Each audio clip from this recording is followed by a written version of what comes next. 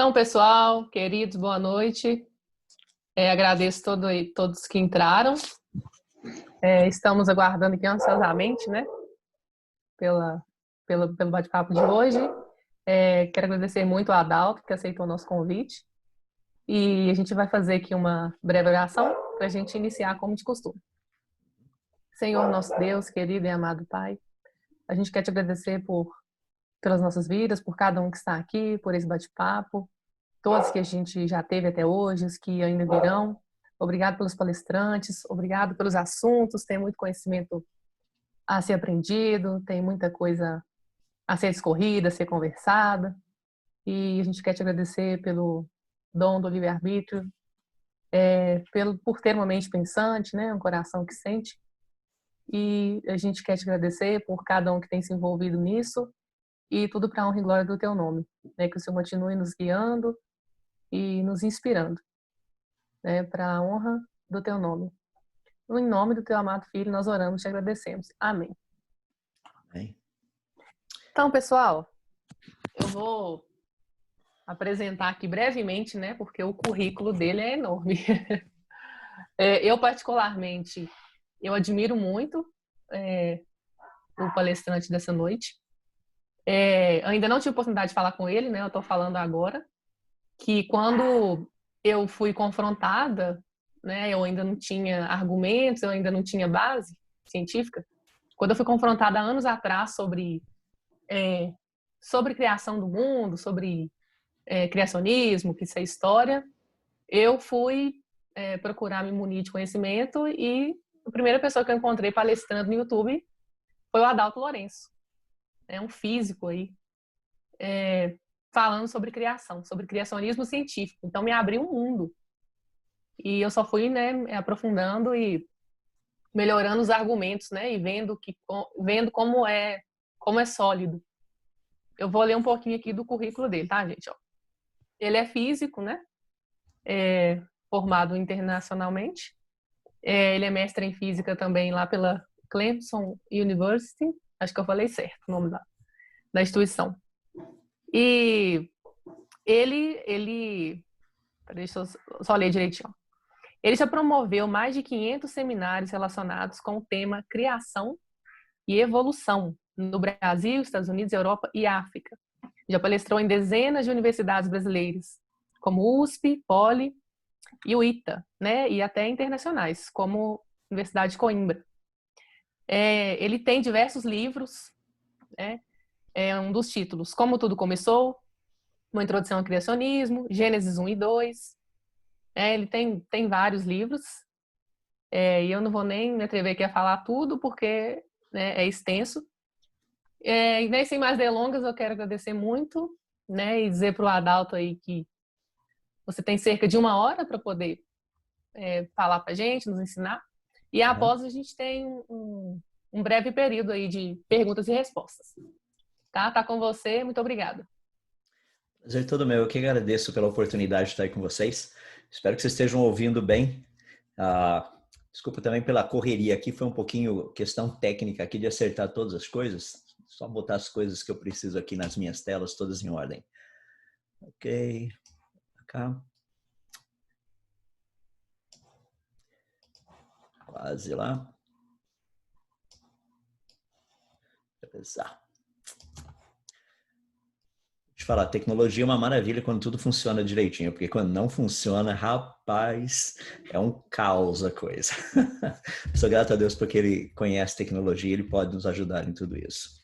Bom, olha, o tema que nós temos para tratar hoje, eu queria começar primeiro fazendo uma pergunta muito, muito relevante. É o seguinte, a Bíblia é um livro que trata com história com H. A pergunta é, a história que ela trata é real ou não? Percebe? Não tem como a gente continuar muita conversa se a pessoa olhar e falar assim, não, a Bíblia é um livro histórico, mas assim, foi uma história contada por um povo lá no Velho Testamento, gente que, sei lá, entende? Não tinha muita noção de muita coisa e, sei lá, foi contado assim, pelo menos o começo. Depois de Abraão para cá, a Bíblia parece estar certa. Mas até o capítulo 11 de Gênesis, Tudo é questionável. Eu tenho assim acompanhado um pouco algumas questões históricas ao longo dos anos e é muito interessante essa discussão sobre a origem, primeiro, a origem do ser humano e a origem da humanidade em termos de civilização. E, rapaz, quanto mais eu percebo, quanto mais eu estudo isso, mais eu vejo o quão confuso a coisa toda é. E a Bíblia, por outro lado, ela é bem reta e direta, bem simples. Tá? Então, eu queria começar fazendo uma proposta bem básica para a gente, que é o seguinte. Do aspecto de vista científico, a historicidade bíblica, ela é confiável ou não? E eu queria afirmar que ela é confiável. Ou seja, tudo que a Bíblia trata do ponto de vista histórico é real, é verdadeiro e aconteceu no tempo e no espaço. O problema não é, então, a historicidade da Bíblia, mas sim as maneiras como as pessoas procuram interpretar essa historicidade bíblica. Tá? Deixa eu colocar da seguinte forma. Adão e Eva foram literais ou não? Porque se Adão e Eva não foram literais, nós temos um grande problema, porque toda a genealogia de Jesus é traçada a esse homem chamado Adão e essa mulher chamada Eva.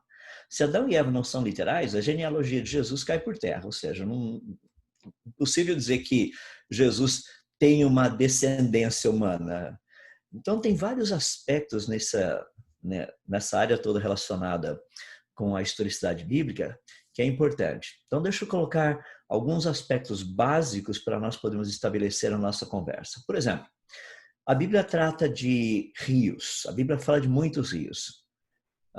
Todos eles, até o presente momento, foram encontrados, com exceção de um, que está no livro de Gênesis, no capítulo 2, que diz que no Éden nascia um rio e dividia-se em 4 braços. Tá? 3 desses braços são conhecidos. Eu vou dizer para vocês, os 2 últimos, lição de casa, vocês olhem os 2 primeiros, o primeiro já foi descoberto, o segundo ainda não. Tá? Então, vamos lá, em vez de lição de casa, deixa eu falar reto e direto. Vai. O primeiro, você tem o Pison, você tem o Gion, você tem o Tigres e tem o Eufrates. Tá? Desses 4, 3 são descobertos, são bem conhecidos. Agora, a Bíblia fala do rio Nilo, é um rio que é conhecido. A Bíblia fala de rios específicos na região da Síria, são todos conhecidos. Não somente isso, a Bíblia fala de cadeias de montanhas, como as montanhas do Ararat, que são conhecidas. A Bíblia fala de montanhas específicas, todas elas conhecidas. A Bíblia fala também de impérios, Império Assírio, Império Babilônico, Caldeu, o Romano, o Grego, o Persa, Medo-Persa, todos esses daí são conhecidos. A Bíblia também fala de uma forma muito específica, assim, sem reto, assim, entrando reto e direto, nomes de reis que são conhecidos na história, tá? De figuras políticas. A Bíblia fala, inclusive, de povos que até o ano de quase 1900, comecinho dos anos 1900, as pessoas não acreditavam que eles existiam, que no caso são os heteus, o povo hitita. Tá? Até que o Hugo Winkler e alguns outros pesquisadores ali, finalzinho da década dos anos 1800, comecinho dos anos 1900, encontraram a cidade de Hattusa, que fica na Turquia, ou seja, é um sítio arqueológico, e ali em Hattusa eles descobriram que Hattusa era a capital do Império Eteu. Ou seja, os heteus não eram um povo perdido no meio do nada aí. Tá? Era gente que literalmente tinha reis, tinha uma escritura, inclusive a escritura deles, a forma de escrever era cuneiforme, e muitas pessoas não conseguiam entender muito bem, porque, embora os símbolos cuneiformes, que eram usados pelos assírios e os caldeus também, tinham uma maneira diferente de serem utilizados das maneiras como já eram conhecidos na época. Ou seja, olha, a Bíblia fala de reis, fala de reinos, fala de impérios, fala de regiões, fala de rios, fala de montanhas. A Bíblia fala de um monte de coisa, inclusive de alguns eventos históricos que nós sabemos que eles ocorreram. Então é muito legal a gente entender o seguinte, que a Bíblia, historicamente falando, ela é um livro confiável. Por exemplo, na parte científica, quando a gente pega a parte histórica da Bíblia, nós sabemos hoje que o planeta Terra, logo lá no seu início, ele havia tido um único continente, ou seja, uma única massa de terra no planeta. Tá? O pessoal trabalha muito com a terminologia Pangeia. A Bíblia é o único livro que fala a respeito disso. Lá no livro de Gênesis, capítulo 1, versos 9 e 10, nós temos ali que Deus diz: ajuntem-se as águas num só lugar e apareça a porção seca. Perceba que a proposta que a Bíblia está colocando é a porção seca, é singular, não é plural. A Bíblia não está falando de as porções secas. A primeira ideia que apareceu disso daí foi no comecinho do século XIX. Alfred Wegener, ele praticamente fez essa proposta em 1912 e só em 1964 é que essa proposta foi aceita seriamente. As pessoas, inclusive, achavam essa ideia da Bíblia dizer que no começo havia um único continente era a coisa mais estranha possível. E não é. Ou seja, a narrativa bíblica com respeito à origem desse planeta está perfeitamente correta. Ou seja, são vários detalhes históricos que nós precisamos entender. Agora, para e pensa, agora nós chegamos aqui diante dessa proposta, ou seja, esse ser humano Adão, essa primeira mulher Eva, esses dois, o primeiro casal, e uma história que nós vamos tratar agora até mais ou menos o dilúvio. Ou seja, para você ter uma ideia, se você fizer as contas, a narrativa bíblica nos dá desde Adão até o dilúvio aproximadamente 1656 anos. Deixa eu colocar isso aí de uma forma prática. Tenta voltar 1656 anos atrás, ver onde estava a humanidade e ver onde nós estamos hoje. Tá? Para você ter uma noção do avanço tecnológico que deve ter ocorrido durante esse período. Então é muito importante juntarmos os pedaços aí e tentarmos entender o que está acontecendo. Então vamos lá. Primeiramente eu quero começar dizendo que a Bíblia trata especificamente com genealogias. Nós temos duas genealogias em Gênesis, são muito importantes. Existem várias genealogias em Gênesis, mas estou falando das duas primeiras, a que você encontra no capítulo 4 e depois a outra que você encontra no capítulo 5 de Gênesis. Só uma coisinha também, mais um pontinho aí, eu sei que muita gente não gosta de estudar genealogia, eu entendo isso. Entende? O pessoal começa assim todo animado, né? Começo de ano, vamos estudar genealogia, o pessoal pega capítulos 1, 2, quer dizer, estudar a Bíblia, pega-se o capítulo 1, 2, 3, o 4, vai até a metade ali, quando fala de Caim, Abel, aquele negócio todo. Daí, na metade do 4, começa a genealogia de Caim. Daí a pessoa pula. Chega no capítulo 5, rapaz, mais genealogia ainda. Pula de novo, já vai para o 6. Daí ele leu 6, começa a falar do dilúvio, 6, 7, 8, 9, e ali vai chegar no finalzinho do 9, entrando no 10 e uma boa parte do 11, genealogia de novo. Por que será que a Bíblia é tão específica a respeito de genealogias? Por que isso? É porque a gente precisa ter uma noção de como a história chegou até a gente e que essa história ela é verdadeira. Então, vamos pegar essas duas genealogias, eu queria trabalhar um pouquinho com vocês a respeito disso. Eu não vou entrar nos detalhes das genealogias para não cansar muito, mas eu quero colocar algumas coisas assim que são bem importantes, só para a gente ter uma noção do que está acontecendo aí. Deixa eu só puxar algo aqui, só para a gente poder entender a ideia do que está rolando nesse pacote todo. Deixa eu só puxar aqui. Legal. Se a gente parar e pensar um pouquinho, então, como eu mencionei, de Adão até praticamente Noé, nós temos cerca de mais ou menos 1.656 anos. E se você continuar fazendo todos os cálculos, vai chegar lá no finalzinho e vai encontrar José, que é o final do livro de Gênesis praticamente. José veio a falecer com 110 anos de idade, um dos grandes homens lá do Egito. E essa é a dinâmica toda. Agora, deixa eu colocar isso aqui só para a gente ter uma pequena noção. Você conseguiria dizer quantos anos depois do dilúvio Abraão nasceu? Dá para ter uma ideia? Se nós não tivéssemos genealogias, nós não saberíamos. Tá? Se você pegar e fizer as contas direitinho, tem muita gente que erra ao fazer essas contas aí, porque pega lá, por exemplo, no finalzinho do capítulo 5 de Gênesis, ali nos é dito que Noé tinha 500 anos de idade quando ele gerou seus 3 filhos. Muitas pessoas pegam 500 anos como a data correta. No entanto, se você olhar um pouquinho no contexto, você vai perceber que o dilúvio, quando ele termina no ano 601 da vida de Noé, diz que no ano seguinte nasceu um filho para um dos filhos de Noé, Sem. E é muito interessante porque ele diz que Sem tinha, no caso, na época, 600 anos tinha 600 anos de idade, o que mostra que, literalmente, o filho de Noé, o primeiro filho, não nasceu quando Noé tinha 500 anos, tá? Mas quando ele tinha 502 anos. Então, a gente precisa fazer um pouco de continha ali para ver o negocinho. Então, Sem tinha 100 anos de idade, eu falei 600, mas está errado. Sem tinha 100 anos de idade quando nasceu seu primeiro filho, 2 anos depois do dilúvio. Então, quando nós fazemos essas pequenas continhas, é fácil você entender como funciona toda essa dinâmica bem específica dessas genealogias, tá? Então, vamos tratar de Adão até, no caso, Noé, 1656 anos. Só para você não precisar fazer muita conta aí, Abraão nasceu no ano 2008, depois da criação de Adão e Eva. Nós estamos falando 352 anos depois do dilúvio. Só para você ter uma ideia, Abraão nasceu 2 anos depois que Noé faleceu. Só para ficar mais fácil para você entender o contexto. Então, você fala assim, cara, mas então Abraão não conheceu Noé. Não, Abraão não conheceu Noé. O pai de Abraão, tá? Terá, certeza que ele conheceu Noé. Mas olha que interessante, a gente está vendo Abraão, você fala, nossa, cara, mas Noé, né? Noé é o cara do dilúvio. Ei, peraí. O filho de Noé, Sem, nasceu 98 anos antes do dilúvio e ainda estava vivo quando Abraão nasceu. Percebe a dinâmica? É muito legal quando a gente vai olhando esses detalhes. Então, vamos pegar, eu só estou colocando isso aí como um pano de fundo para a gente, tá?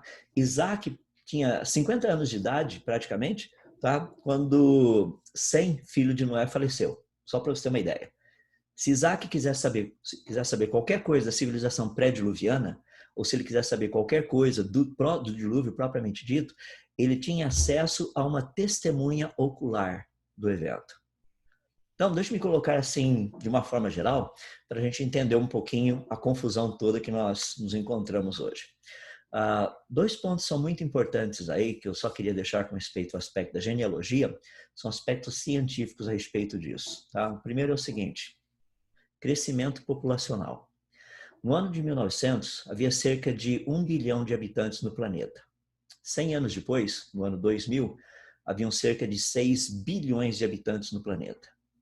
Se a humanidade está no planeta há dezenas de milhares de anos, como tem sido propostas, alguns até falando de centenas de milhares de anos, por que a humanidade é tão, assim, tecnicamente é tão pequena?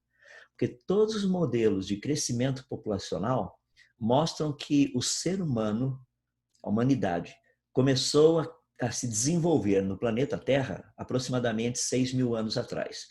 Não existe uma explicação científica, olha o detalhe, porque antes de 6 mil anos a humanidade não crescia. Isso é óbvio, não tinha humanidade. A Bíblia diz que há 6 mil anos atrás a humanidade começou.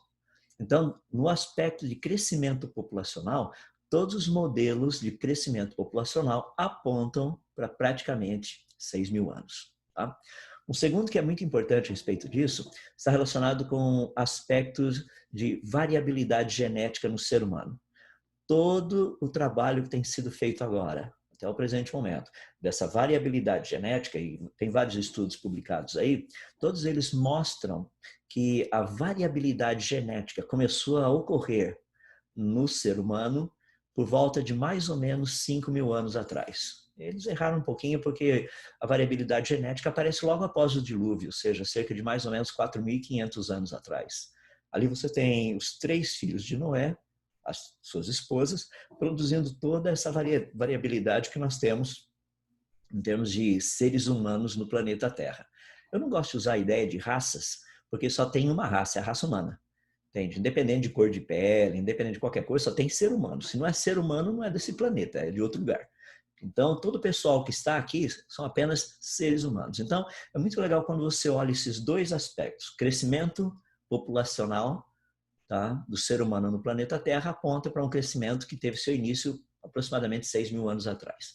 Quando você olha o aspecto mais específico da variabilidade genética que existe no ser humano, de novo, nós estamos falando aí de mais ou menos uns 5 mil anos por aí, e o dilúvio 4.500 anos atrás. Ninguém sabe explicar por que antes dessa data não havia variabilidade genética. tá? Só para você ter em mente. Tem um outro estudo muito interessante que trata do DNA mitocondrial, que fala que todos nós viemos de uma única e mesma mulher. Isso aí é um estudo lá da década de 80. Foi muito legal o estudo feito.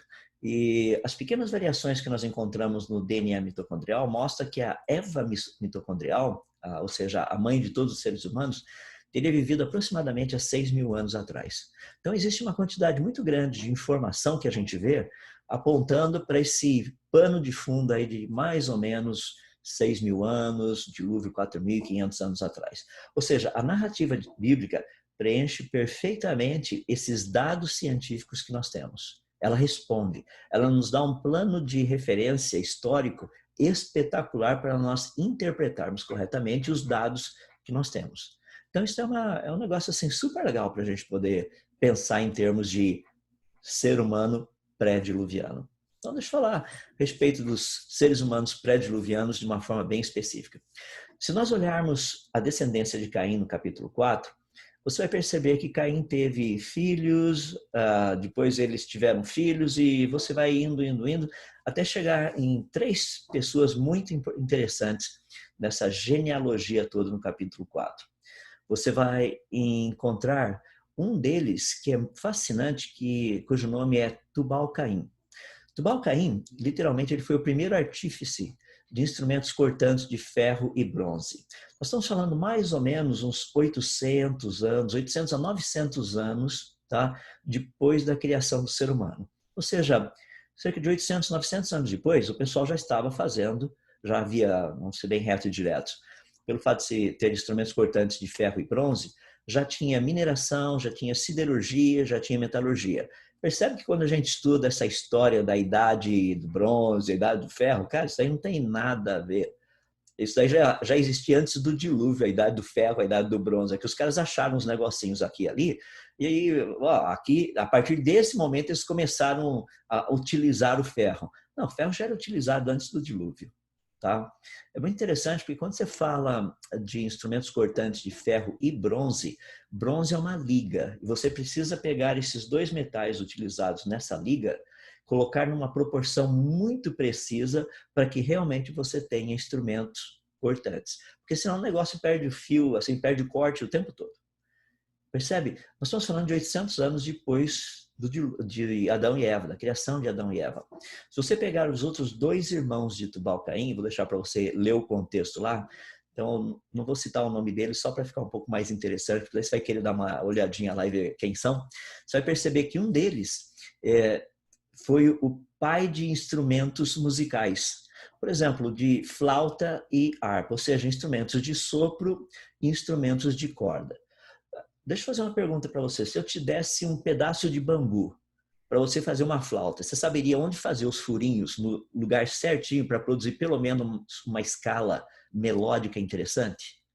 É só fazer furinho em qualquer lugar? Qual a distância que esses furos têm que ter? Se a gente falar em termos de, vou te dar um monte de cordas aqui, tá? Cordas, por exemplo, de violão, faz um negócio que seja parecido com uma harpa aí e toca, mas que o negócio produza uma escala melódica, alguma coisa assim. Percebe o avanço que já havia? Nós estamos falando de pelo menos 800 anos antes do dilúvio. Agora imagine 800 anos o que não dá para fazer. Você consegue perceber o que nós fizemos nesses últimos 150 anos? A gente saiu literalmente andando de cavalo e tendo aqueles negocinhos para colocar literalmente robozinhos como esse que saiu essa semana, né, ontem, indo para o planeta Marte. Tem pessoas morando na estação espacial em volta do planeta Terra. A gente tem estudado praticamente todos os planetas do sistema solar. Dá uma olhadinha na tecnologia. Eu estou aqui nos Estados Unidos falando com vocês aí. Na década de 60, só o Mr. Spock fazia isso, tá? Ele tinha que apertar aqui do lado e já saía falando com alguém em outro lugar da nave e tudo mais. A gente faz isso o tempo todo. Percebe? O avanço de tecnologia foi algo assim espetacular. Agora, imagino que não deve ter ocorrido nesses 800 anos, praticamente de Tubal-Caim até você chegar ali no dilúvio. É por isso que quando você lê no dilúvio, Deus diz claramente que o ser humano, que praticamente a maldade havia se multiplicado a tal ponto que só destruindo completamente à humanidade que seria possível segurar esse avanço maluco do que estava acontecendo. Deixa eu me colocar o porquê disso. Tá? Porque as pessoas pré-diluvianas tinham uma longevidade muito grande. Esse povo vivia cerca de mais ou menos 900 anos, de 900, 800 e poucos a 1000 anos mais ou menos. Essa era a faixa deles. Muitas pessoas olham para a gente e falam assim, cara, mas isso não é possível. Eu gostaria de sugerir que os estudos que temos feito ao longo dos anos aponta justamente para isso. Se você perceber, só para, de novo, para uma pesquisa, na ponta dos nossos cromossomos tem os telômeros e eles funcionam mais ou menos como um tipo daquele feixezinho. Você tem um zíper, tá na pontinha de baixo do zíper, aquele negocinho que trava para o zíper poder ficar no lugar. Aquele negocinho lá embaixo parece muito com o papel do telômero. Quando tem uma duplicação celular, você tem essa abertura do DNA, tá? E o que acontece? As duas pontinhas do DNA, essas duas extremidades aqui, elas não abrem. É muito legal. Por quê? Tem telômeros. O último telômero não abre. Os outros que estão aqui abrem. Lá os da pontinha não. Daí o que acontece? Quando é feita a duplicação, esses dois últimos telômeros não são duplicados.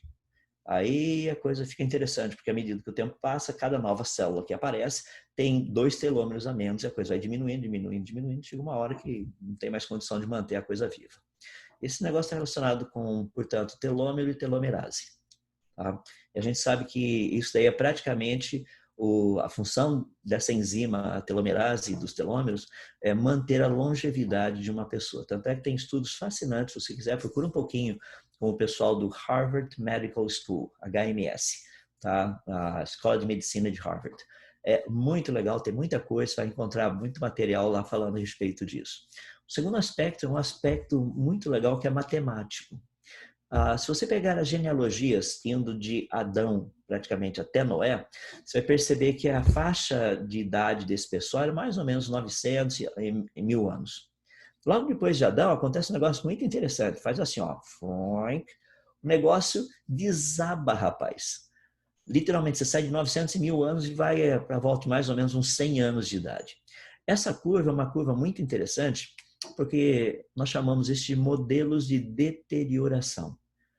Ou seja, para você sair daqui desses 900 anos, mais ou menos, o negócio desce, deixa eu fazer o contrário, desce, vai até chegar aqui nesse pontinho de mais ou menos 100 anos, tem que ser, alguma coisa tem que ter acontecido. Só para você ter uma noção, a Bíblia nos dá muitos poucos dados dessa genealogia pós-diluviana, ou seja, poucos pontos. Você só tem os descendentes de Sem. Pegando, então, os descendentes de Sem, você vai de Sem, literalmente, até chegar a José, está lá na frente. Você tem essa curva, que é uma exponencial fascinante. E essa curva, ela tem um coeficiente de confiança muito alto. Significa que os dados dela são muito bons. Entende? Isso é um negócio assim muito legal. O pessoal que estuda probabilidade estatística entende melhor o que eu estou falando aí. Você tem condição de ver uma coisa assim espetacular, de que o que a Bíblia nos fala a respeito da longevidade é real. Não são assim idades, o pessoal fala, não, naquela época o ano não tinha 365 dias. Ó, na melhor das hipóteses, o ano tinha 360 dias. Quer dizer, na pior das hipóteses. Tá? E você percebe isso se você estudar o livro de Gênesis, quando se trata do dilúvio, tem um texto em Gênesis que fala de 5 meses, tá? E o mesmo período de tempo é dito como tendo 150 dias, então eram meses de 30 dias. Provavelmente, então, você está falando de anos de 360 dias, então você está falando de 5 anos a menos, 5 dias a menos por ano. Então, se você fizer as continhas, você vai perceber que não vai fazer tanta diferença assim. Então, por que nós coloquei esse pano de fundo para a gente? Para a gente olhar mais um aspecto que é fundamental aí. De Tubal-Caim até praticamente Noé, você vai perceber que nós estamos falando ali por volta de uns 800 anos, algo mais ou menos assim. É muito legal porque se você olhar, Tubal-Caim foi praticamente um dos contemporâneos, tá? Uma pessoa que viveu ao mesmo tempo que Matusalém. Então, se você pegar a história, você vai ver, tem Enoque, tem Matusalém, tem Lameque, daí você tem Noé. Tá? Então, Matusalém foi literalmente avô de Noé. Também é legal a gente pegar e pegar esses aspectos aí. Deixa eu colocar só alguma coisinha aqui rapidinho para a gente olhar, que vai ser... Bom, eu não tenho como compartilhar a tela aqui, nem vou me preocupar com isso agora, mas só para a gente ter uma noção que é uma noção bem legal desse pacote todo aqui. Deixa eu puxar aqui só para a gente. Se você olhar de uma forma específica, bem legal aí, você perceber que Lameque, ele conheceu Adão pessoalmente. Estou falando do pai de Noé. Lameque tinha mais ou menos um pouquinho mais de 50 anos quando Adão faleceu. Essa coisa interessante, Noé querendo saber a respeito da origem do mundo, chegar para o pai dele e falar, ô pai, me conta um pouquinho a respeito de como tudo começou, essa história toda. O pai dele, Lameque, fala, tá bom, meu filho, vou te contar de novo. Lembra que eu já contei uma vez para você, já contei várias vezes. Ó, eu conheci Adão pessoalmente. Eu até gosto de brincar dizendo o seguinte, que Adão não tinha umbigo. E não tinha mesmo, porque umbigo é sinal de quem nasceu. Adão não teria umbigo. Então seria muito legal, sabe, Lameque chegar e falar, conversando com Adão, falar, mas Adão, você foi o primeiro mesmo, certeza. Adão ia só levantar a camiseta dele e falar, não tem umbigo, o que você acha? Sou o primeiro. Só não peço para minha esposa fazer a mesma coisa, a dona Eva. Mas ela está aqui, ó, não tem umbigo, tá? Maravilha. Percebe? O avô de Noé, Lameque, desculpa, Matusalém, ele tinha mais de 250 anos quando Adão faleceu. Já imaginou? Lameque e Adão, Matusalém e Adão viveram, foram contemporâneos por mais de 250 anos. Agora, imagina uma pessoa chegando para, no caso Matusalém, e fala, ô Matusalém, realmente, você acredita que o mundo foi criado? Ah, cara, para com isso, vai. Matusalém ia falar, cara, de que planeta você veio? Olha, eu conheci Adão pessoalmente. O cara não tinha umbigo. Ele contou exatamente os detalhes todos de lá até aqui. Percebe a dinâmica, como é que funciona tudo isso? Agora, vamos parar e pensar de uma forma prática, tá? Eu quero mostrar alguns aspectos do como essa história chegou até nós, e daí eu vou dar só umas pinceladinhas dentro dessa sociedade pré-diluviana para a gente entender melhor a coisa, tá? Então, olha só. Matusalém conheceu Adão pessoalmente, avô de Noé. Você tem agora o pai de Noé, Lameque, conheceu Adão pessoalmente. Imagina o filho de Noé, tá? Sem, chegando para o avô dele, Lameque, que era o pai de Noé, e falando assim, ô vô, conta aquela história do começo do mundo mais uma vez. O avô ia falar assim, ô meu neto, tá bom, deixa eu contar para você de novo. Ó, eu conheci Adão pessoalmente, sabe? Não somente isso, se você olhar a genealogia, tem um detalhe muito interessante, não é só Lameque que podia contar para Sem sobre especificamente o conhecimento de Adão, ter conhecido Adão pessoalmente. Matusalém morreu no ano do dilúvio. Matusalém era bisavô de Sem. Imagina, Sem tinha pelo menos 2 testemunhas oculares que conheceram Adão pessoalmente. Avô e bisavô. Noé tinha 2 testemunhas oculares, o pai e o avô. É fascinante a gente poder parar e pensar nisso. Agora, como é que nós sabemos que a história chegou até nós precisa? Simples, porque Sem, como eu já mencionei antes, que foi o filho de Noé, ele faleceu literalmente quando Isaac tinha 50 anos de idade. Se Isaac quisesse saber qualquer coisa, ele conversaria com Sem, que literalmente tinha conhecido 2 testemunhas oculares de Adão. Percebe como a história está bem travadinha, bem fechada?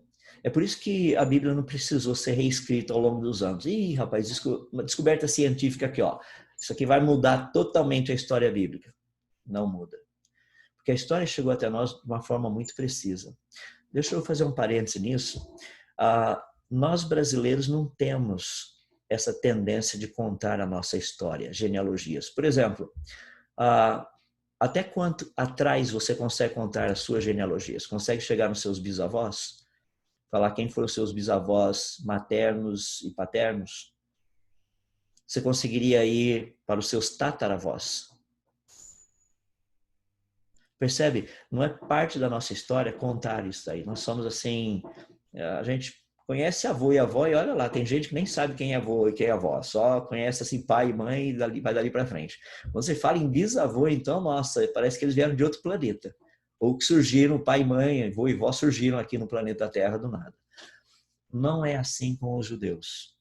Os judeus têm o hábito de saber a sua genealogia, quem é você, pelos seus antepassados. E é muito legal porque muitos judeus atuais, eles conseguem traçar a genealogia deles indo até Adão. Não é fascinante isso? A gente para no bisavô, no tataravô. Eu conheci muitos anos atrás, um casal de judeus, e o filho deles, que estava completando 12 anos de idade, por ocasião, foi contar um pouquinho da história dele. Ele começou falando quem ele era, daí ele falou a respeito do pai, falou do avô, do bisavô, continuou seguindo até Abraão e foi até chegar a Adão. Ele sabia todo mundo, porque isso é passado de uma geração para outra. E para eles isso é importante. Na nossa cultura isso não é importante. Então, por exemplo, se eu perguntar para você qual a tua origem, de onde você veio, entende? Quem foram os teus antepassados? Ixi, dançou, né? Não tem a menor noção. Percebe? Não é assim com os judeus. Por isso que é importante nós entendermos a cultura. Para o judeu, saber de onde você veio é importante. Por isso que Moisés, que escreveu o livro de Gênesis, ele estava agora preparando esse povo para ser um povo. Não era povo, agora vai ser uma nação.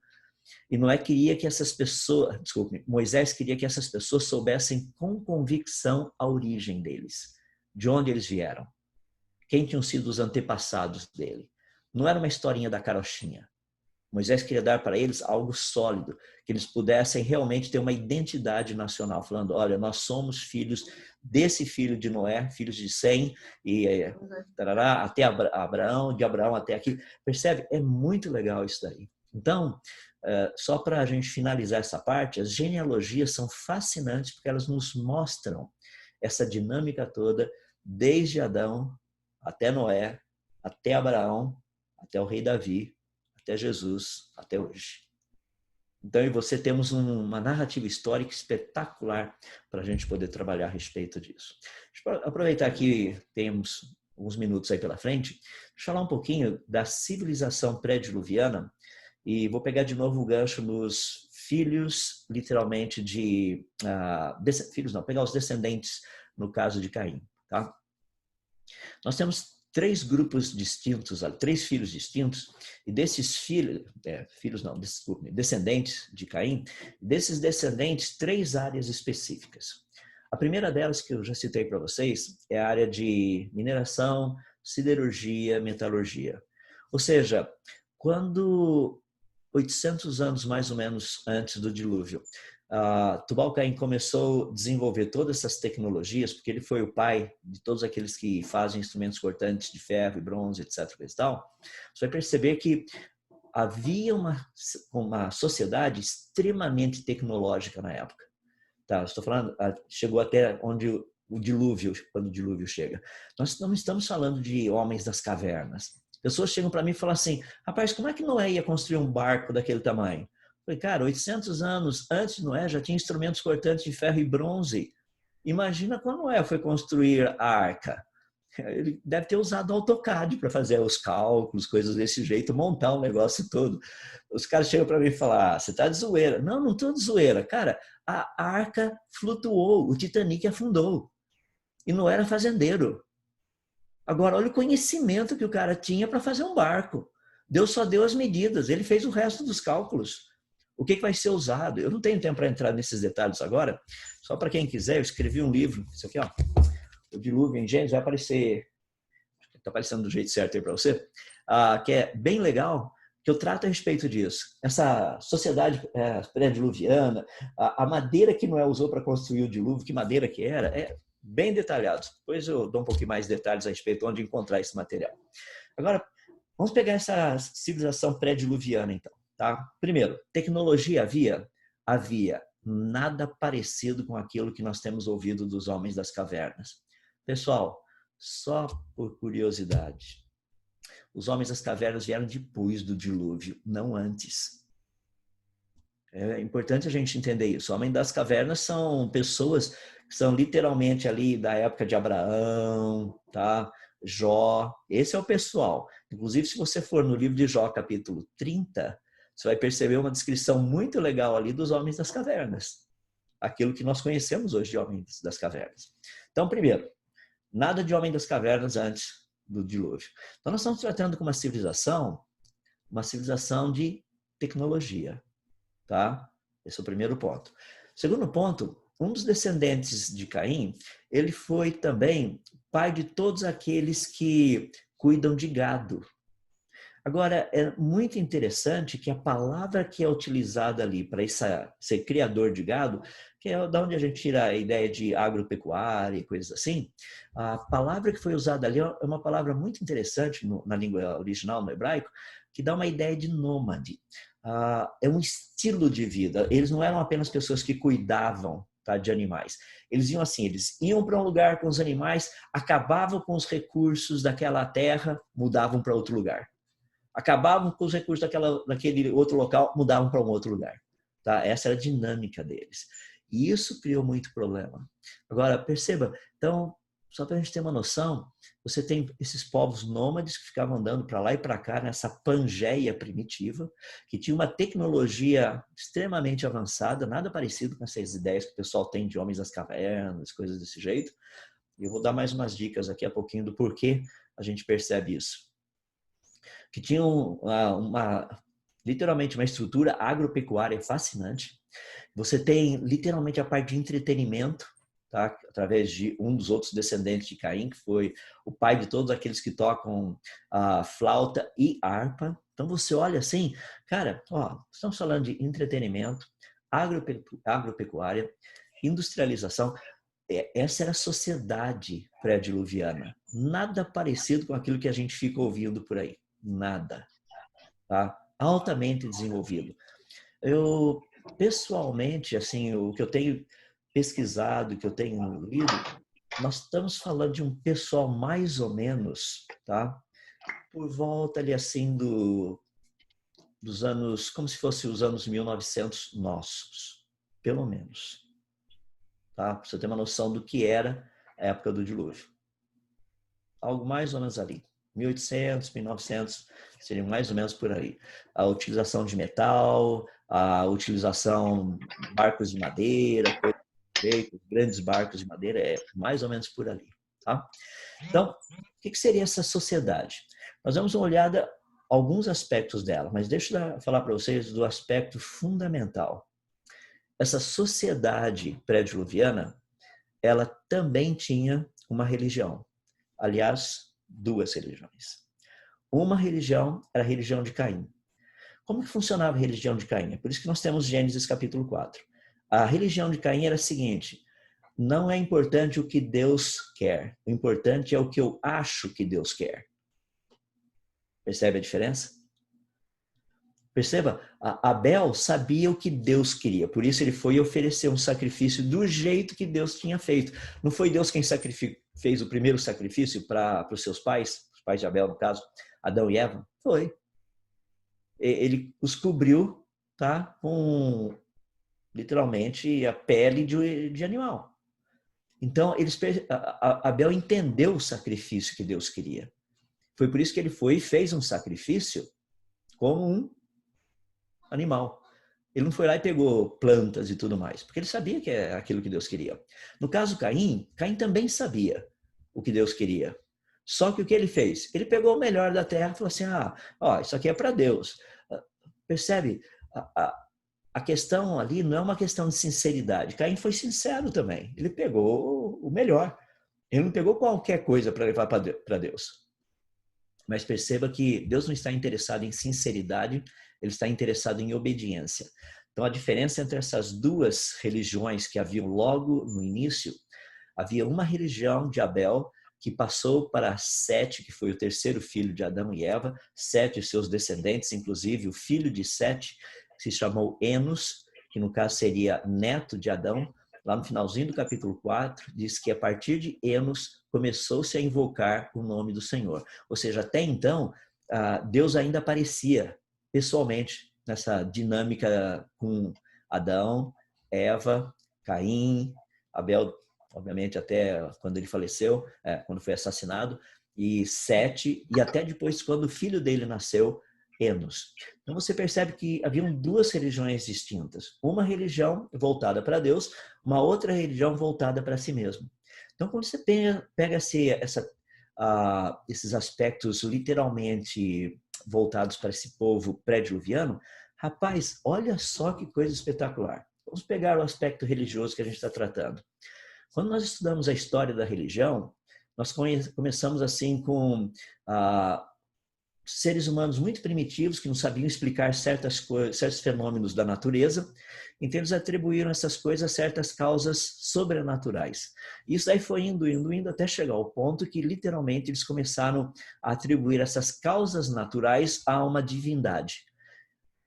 Se você pegar literalmente a religião pré-diluviana, não teve um desenvolvimento até chegar a uma divindade. Foi o contrário. Eles começam com uma divindade e foram perdendo noção dessa divindade. Tá? Estou falando mais especificamente os descendentes de Caim. E esse aspecto, para a gente, é um aspecto importante. Porque toda essa noção que nós temos hoje de como a religião teria surgido, está totalmente equivocada. Totalmente. Porque o ser humano já foi criado com a revelação de que Deus existe, que Ele é real, que Ele não é apenas um conceito metafísico, ou um conceito religioso, ou algo, sei lá, que não dá para se explicar e lá. Não. Esse povo pré-diluviano, eles tinham plena convicção a respeito da existência de um Deus. Os descendentes de Caim, eles perderam a noção de quem era esse Deus. Isso é verdade. Os descendentes de Sete, que é o terceiro filho de Adão e Eva, esses não. Você chega, inclusive, quando, no caso, Lameque dá um nome para Noé. Isso aí ficou, inclusive, registrado lá no capítulo 5, logo no finalzinho, diz assim que ele deu o nome a Noé porque Noé traria alívio a toda essa calamidade que Deus havia trazido sobre a humanidade. No caso, Deus amaldiçoou todas as coisas, e daí o sofrimento que havia em trabalhar o solo e essas coisas todas. Percebe que o pai de Noé tinha essa perfeita conexão daquilo que vocês já viram aí da queda lá no jardim no Éden, no capítulo 3. Ele não era uma pessoa assim, sem conhecer essas coisas. Não, o pai de Noé continuava ainda fiel àquilo. Se você pegar, por exemplo, o avô de Noé, você tem Matusalém, e o bisavô de Noé foi nada mais, nada menos do que Enoque. Rapaz, Enoque, a Bíblia diz que ele andava com Deus e andou a tal ponto que ele foi embora. Já imaginou a confusão? O pai não, no caso o avô de Noé, Matusalém, a mãe dele falou: ô filho, ô Matusalém, vai lá procurar o pai, cadê o pai? O pai saiu e não voltou até agora. Imagina, procura um dia, procura uma semana, procura um mês, procura um ano, cadê o pai? Percebe a dinâmica? Sejam duas grandes religiões. Então vamos fechar de uma forma geral aí todo esse pacote para a gente entender um pouquinho como teria sido esse povo pré-diluviano. Tá? Primeiro, seriam pessoas de grande capacidade. Não seriam pessoas tipo homens das cavernas. Eu posso garantir para vocês que se eu e você tivéssemos a oportunidade de voltar no tempo e poder falar a mesma língua que eles falavam, nós iríamos ficar extremamente deprimidos com o quão pouco inteligente nós somos. Tá? Para e pensa. A longevidade deles produziu um conhecimento espetacular. Tá? Então, primeiro ponto, nós estamos falando com pessoas com uma capacidade intelectual pelo menos igual à nossa, se não maior. Tá? Então, se você voltasse antes do dilúvio, você poderia conversar com essas pessoas assim de boa, tá? Bem legal. E você ia ficar impressionado com o conhecimento que eles tinham. Segundo, quando nós olhamos assim a sociedade pré-diluviana, era uma sociedade altamente tecnológica. Havia um conhecimento de tecnologia espetacular. Eu falei apenas do ferro e bronze. Posso colocar mais uma só para você pensar? Da onde será que surgiu a ideia de fazer uma torre como a Torre de Babel? Já parou para pensar? Porque isso aí, nós estamos falando de mais ou menos cerca de uns 200 anos depois do dilúvio. Tá? Já parou para pensar que nós encontramos essas torres, tipo de pirâmide, que no caso a Torre de Babel era tipo um zigurate. Quando a gente pega as pirâmides, que são tipos de zigurates também, você encontra isso praticamente espalhados pela Europa, pela África, pela Ásia e até na América, aqui pertinho entre aspas, aqui no México, lá no México, tem várias pirâmides. Pirâmide do Sol, pirâmide da Lua. Rapaz, com uma precisão, por exemplo, a pirâmide do Sol, ela está alinhada perfeitamente com o norte geográfico do planeta. Tá? Ou seja, da onde esse povo tirou essas ideias de fazer pirâmide? Fazer construção desse jeito? Praticamente, isso é o que você iria encontrar nessa parte pré-diluviana. Tá? Então é bem legal, é bem importante a gente entender esse pacote todo. O que era essa civilização?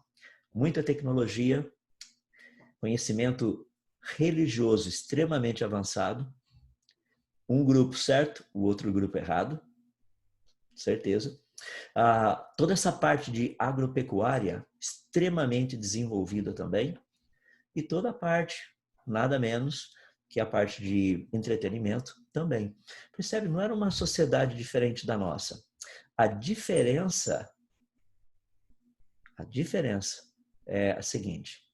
Você começa com um casal, Adão e Eva, tá? Os dois aqui, seus primeiros filhos, conhecimento preciso da pessoa de Deus. Olha que coisa triste. 1656 anos, apenas uma família.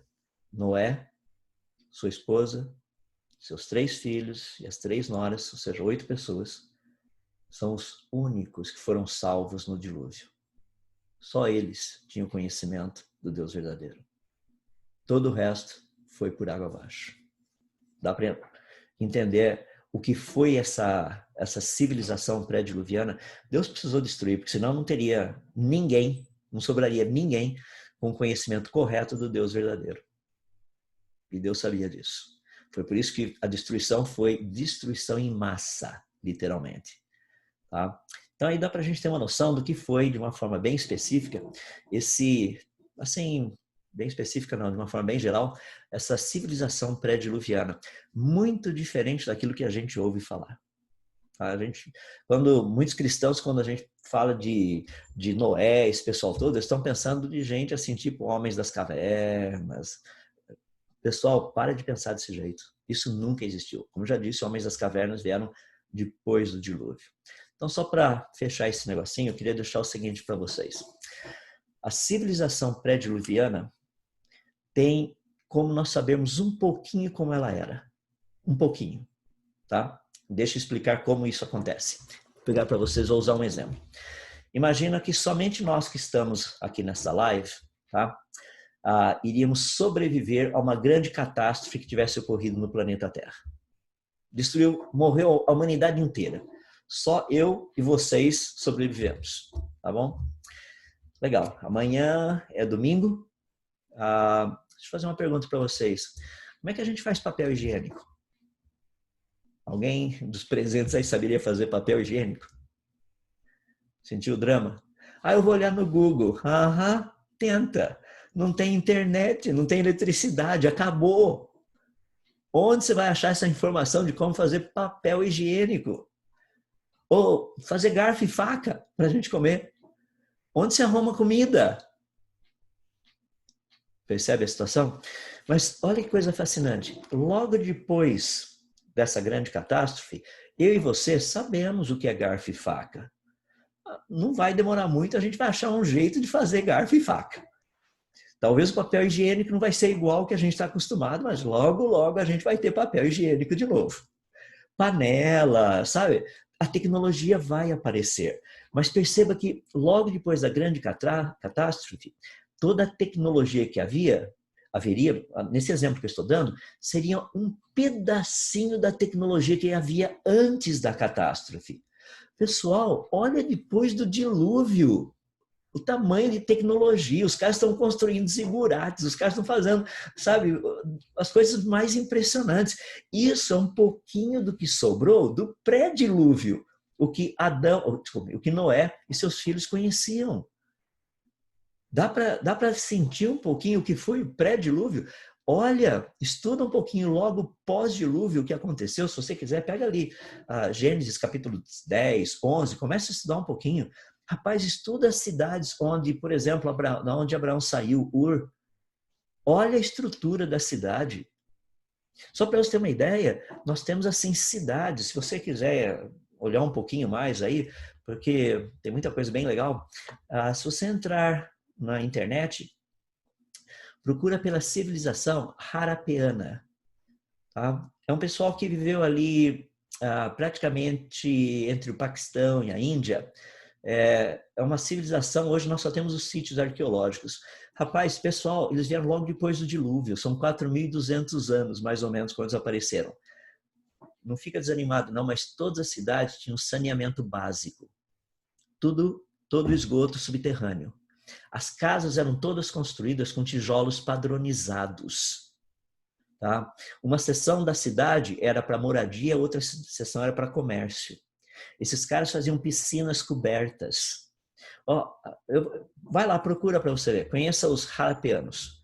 É impressionante. Agora, só para você ter uma ideia, os Harapianos, eles conseguiram desenvolver um pouquinho do que havia sido a tecnologia conhecida antes do dilúvio. Vocês se lembram que Caim foi o primeiro que construiu uma cidade. Tá? Está lá em Gênesis capítulo 4. Muitas pessoas chegam para mim e falam assim, tá, ele construiu uma cidade, quantos iriam morar nessa cidade? Pessoal, se você pegar a faixa de crescimento, você vai perceber que quando Caim tinha mais ou menos 600 anos, ele já tinha mais de 30 mil descendentes. Eu acho que já dá para construir uma cidade, certo? Imagina, você já começa uma cidade com 30 mil pessoas.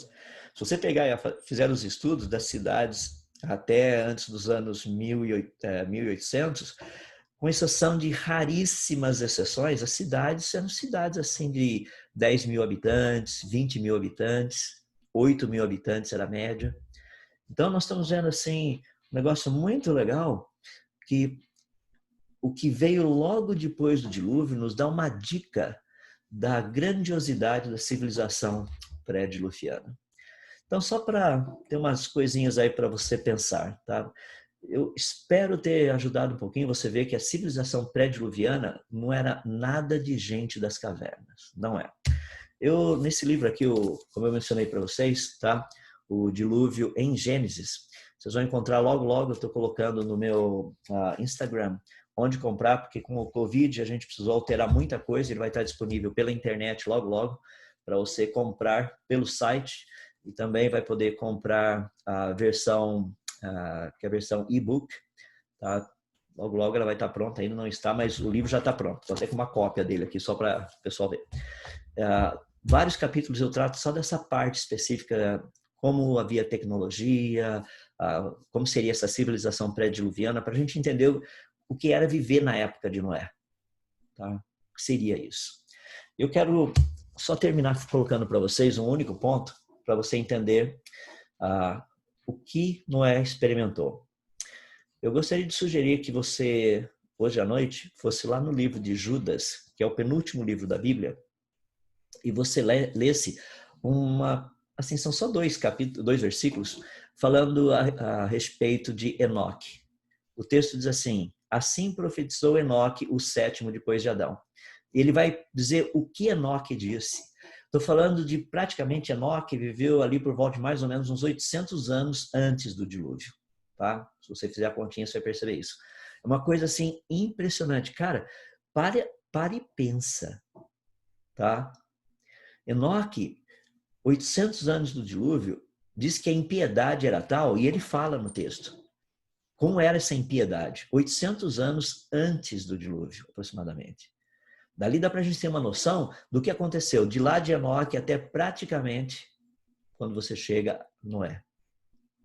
Tá? Isso aí é só para você pensar o nível da impiedade e o que estava acontecendo naquele contexto. Era assim algo... A gente não tem isso. A gente não tem nada parecido. Nós temos muita oposição ao cristianismo, nós temos muita coisa assim acontecendo, mas, cara, nada parecido com o que foi ali nos dias de Noé. É por isso que a gente precisa pegar um pouquinho mais e estudar melhor esses primeiros capítulos da Bíblia, tá? Para a gente entender o que foi essa civilização toda. Ó, isso é um pouquinho, tá? Tem muita coisa que daria para falar, mas tenho que cortar um pouquinho o tempo aí, porque eu quero abrir para algumas perguntas. Aí a gente pode trocar umas ideias e tem mais uns minutinhos aí para perguntas para a gente ver o que está acontecendo, tá bom? Espero que ajude um pouquinho aí. Aí vai um pouquinho da civilização pré-diluviana, 101, curso, hein? Tem 102, tem 103, tem 201, os outros cursos vêm depois também.